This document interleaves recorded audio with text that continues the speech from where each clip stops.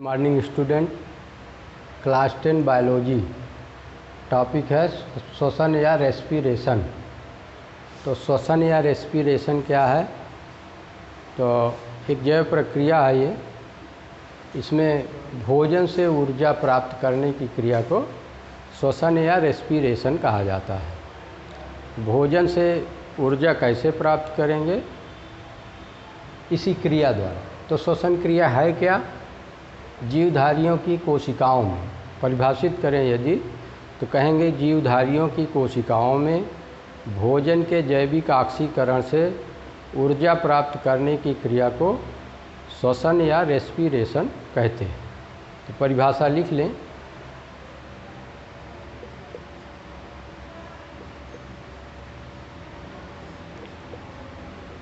जीवधारियों की कोशिकाओं में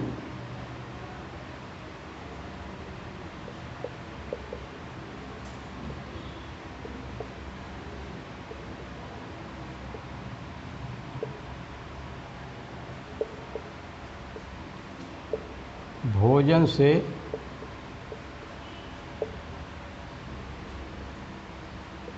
ऊर्जा प्राप्त करने की क्रिया को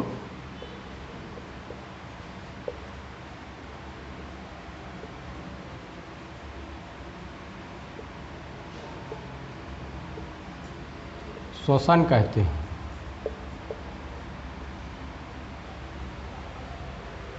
तो पाचन के पश्चात ये भोजन आपका रुधिर के माध्यम से कोशिकाओं तक पहुंचता है। कोशिकाएं देखा आपने, ये कोशिका है। रुधिर नलिकाओं के माध्यम से, ये रुधिर नलिका है, ये कोशिका का केंद्रक है और ये कोशिका द्रव्य है। इस कोशिका द्रव्य में भोजन पहुंचता है और इसी रुधिर के द्वारा ऑक्सीजन पहुंचती है। तो जब कोशिका में भोजन और ऑक्सीजन दोनों पहुंच जाते हैं, और कैसे पहुंचते हैं? परिसंचरण तंत्र के द्वारा। तो मनुष्य में परिसंचरण तंत्र रुधिर द्वारा होता है परिसंचरण, और रुधिर ही लाकर को शरीर की सभी कोशिकाओं में भोजन और ऑक्सीजन पहुंचाता है।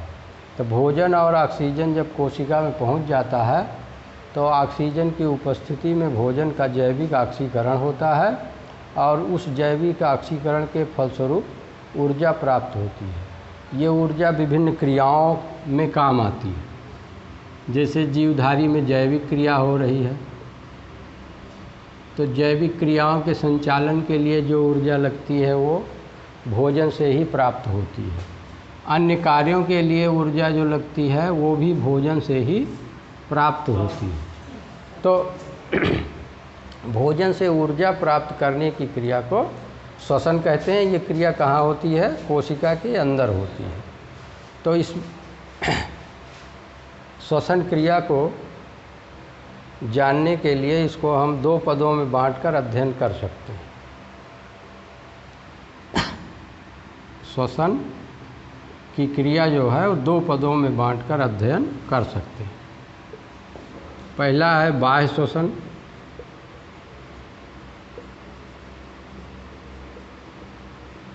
और दूसरा है कोशिकीय या आंतरिक श्वसन। आंतरिक या कोशिकीय श्वसन।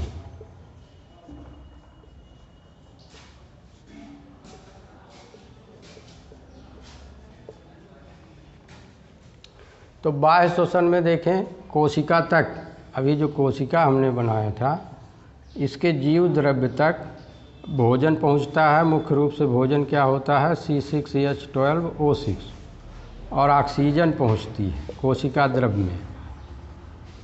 कोशिका द्रव्य में ही माइटोकॉन्ड्रिया होती है। माइटोकॉन्ड्रिया ये कोशिकीय श्वसन में सहयोग करती है। तो बाह्य श्वसन के अंतर्गत कोशिका के अंदर ग्लूकोज का पहुंचना, ऑक्सीजन का पहुंचना, ये सब बाह्य श्वसन के अंतर्गत आता है। तो बाह्य श्वसन में कई पद होते हैं। पहला पद है श्वासोच्छ्वास। श्वासोच्छ्वास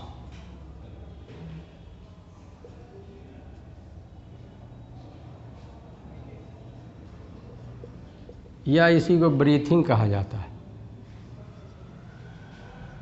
सांस लेना तो सांस लेना बाह्य श्वसन है। तो इसके लिए मनुष्य में एक तंत्र होता है जिसको श्वसन तंत्र नाम दिया गया, रेस्पिरेटरी सिस्टम।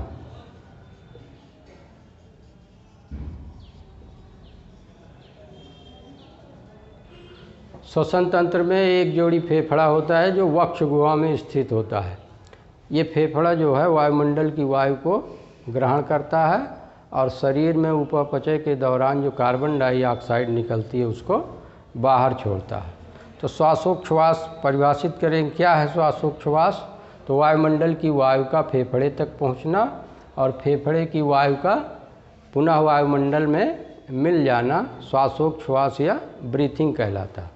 तो इस दौरान फेफड़े के अंदर जो संरचना होती है वही एल्वियोलाई या वायुकोष्ठ कहेंगे, इसी में ऑक्सीजन अवशोषित हो जाती है। तो श्वासोच्छ्वास में दो पद होते हैं, निःश्वसन और निःश्वसन।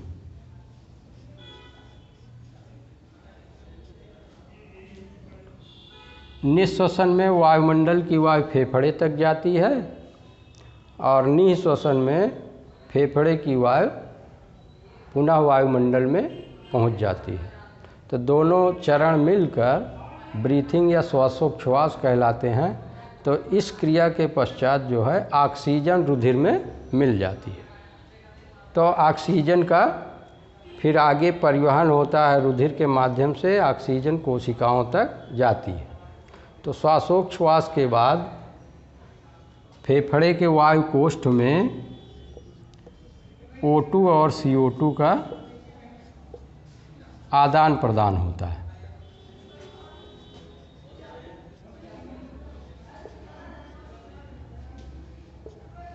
O2 और CO2 का आदान प्रदान। तो रुधिर केशिकाएँ जो है रुधिर के द्वारा ऑक्सीजन लाती हैं और फेफड़े में जो CO2 श्वसन क्रिया के दौरान उत्पन्न होती है वो पुनः जो है रुधिर में मिल जाती है। तो इसको ऑक्सीजन और कार्बन डाइऑक्साइड का आदान प्रदान कहा जाता है। तो इस तरह से जब ऑक्सीजन और CO2 का आदान प्रदान हो जाता है तो ऑक्सीजन का परिवहन होता है। ऑक्सीजन का परिवहन, रुधिर में एक हीमोग्लोबिन होता है, वो ऑक्सीजन से जुड़कर ऑक्सी हीमोग्लोबिन में बदल जाता है।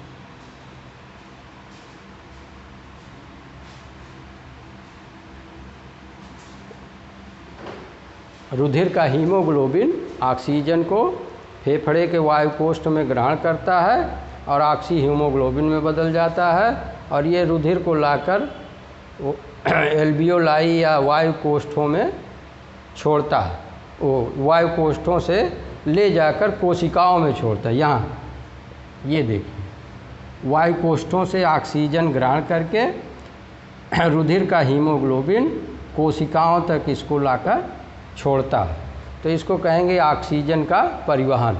तो ऑक्सीजन का परिवहन कहाँ से कहाँ तक हो रहा है? फेफड़े के वायुकोष्ठ से रुधिर का हीमोग्लोबिन ऑक्सीजन को ग्रहण करके कोशिकाओं तक पहुंचाता है। और इसी के बाद भोजन का परिवहन होता है। भोजन का परिवहन,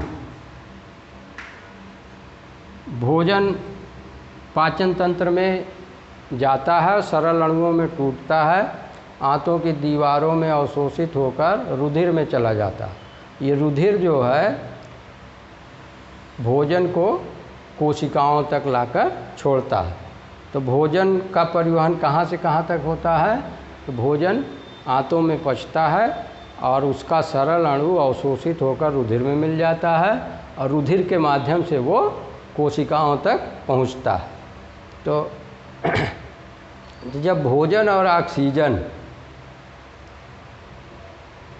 कोशिका में पहुँच जाता है तो आंतरिक या कोशिकीय श्वसन की क्रिया प्रारंभ होती है।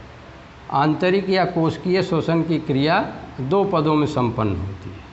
पहला पद है जो कोशिका द्रव्य में संपन्न होता है, कोशिका द्रव्य में, और दूसरा चरण है क्रेब्स चक्र जो माइटोकॉन्ड्रिया में संपन्न होता है, माइटोकॉन्ड्रिया। एक कोशिकांग है जो प्रत्येक कोशिका के कोशिका द्रव्य में पाया जाता है और श्वसन में सहायता करता है।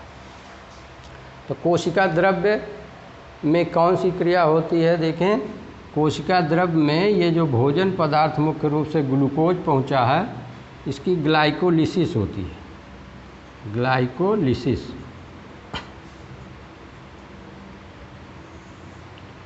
ग्लाइकोलिसिस में ग्लूकोज जो है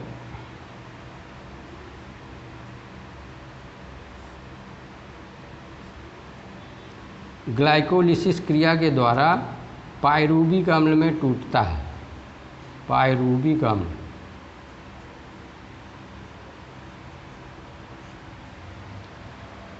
तो यहाँ देखें कुछ भोजन का अंश टूटा, कौन सी क्रिया है वो तोड़ने वाली? ग्लाइकोलिसिस। कहाँ होती है? कोशिका द्रव्य में होती है। तो ग्लाइकोलिसिस परिभाषित करें तो क्या है? ग्लूकोज का कोशिका द्रव्य में सरल अणु पायरूबिक अम्ल में टूटना ग्लाइकोलिसिस कहलाता है। तो इस तरह से सबसे पहला काम कोशिकीय शोषण का कोशिका द्रव्य में संपन्न होता है, जिसको ग्लाइकोलिसिस कहते हैं। क्या कहते हैं? ग्लाइकोलिसिस। अब पूछा जाए ग्लाइकोलिसिस क्या है, तो कहेंगे कोशिका द्रव्य में ग्लूकोज का पायरूबिक अम्ल में टूटना ग्लाइकोलिसिस कहलाता है। तो इसके बाद जो पायरूबिक अम्ल बना, ग्लूकोज से पायरूबिक अम्ल बना, वो माइटोकॉन्ड्रिया में प्रवेश करता है और एक क्रिया क्रेब्स चक्र के द्वारा, क्रेब्स चक्र, क्रेब्स चक्र की क्रिया के द्वारा विभिन्न पदों से होता हुआ अंत में ग्लूकोज जो है, ग्लूकोज पायरूबिक अम्ल में टूटा था, पायरूबिक अम्ल, और क्रेब्स चक्र के द्वारा यही पायरूबिक अम्ल कार्बन डाइऑक्साइड और जल में टूटता है और काफ़ी मात्रा में ऊर्जा मुक्त होती है और ये ऊर्जा जो है एटीपी में संचित हो जाती है। तो क्रेब्स चक्र क्या है? तो कहेंगे माइटोकॉन्ड्रिया के अंदर पायरूबिक अम्ल विभिन्न चरणों से होता हुआ अंत में कार्बन डाइऑक्साइड और जल में टूट जाता है और काफ़ी मात्रा में ऊर्जा मुक्त होती है। मुक्त ऊर्जा एटीपी अणु में संचित हो जाती है।